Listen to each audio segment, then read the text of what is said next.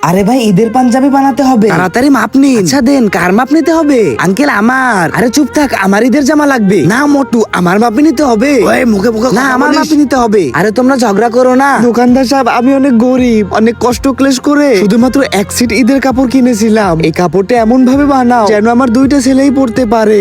বাবা তুমি ঝগড়া করো না, ঈদের অর্ধেক দিন তুমি জামা পরো আর তারপরে অর্ধেক দিন তুমি পরো, ঠিক আছে বাবা? যদি আমি এদেরকে সাহায্য করি। আরে ঈদের দিন যদি ভালো বেচা কেনা হয় তাহলে সবার ঋণগুলো পরিশোধ করে দিও। ঠিক আছে, আমি জামা বানিয়ে দিচ্ছি।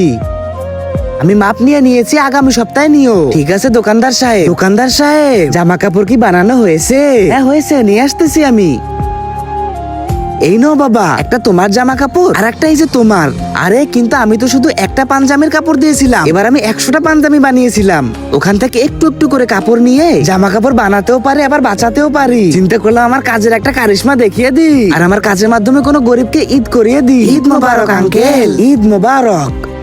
যদি এই ছবিটাকে সত্যিকারের ভালোবাসো তাহলে দয়া করে ভিডিওটাকে লাইক দিয়ে চ্যানেলটা অবশ্যই সাবস্ক্রাইব করে দাও।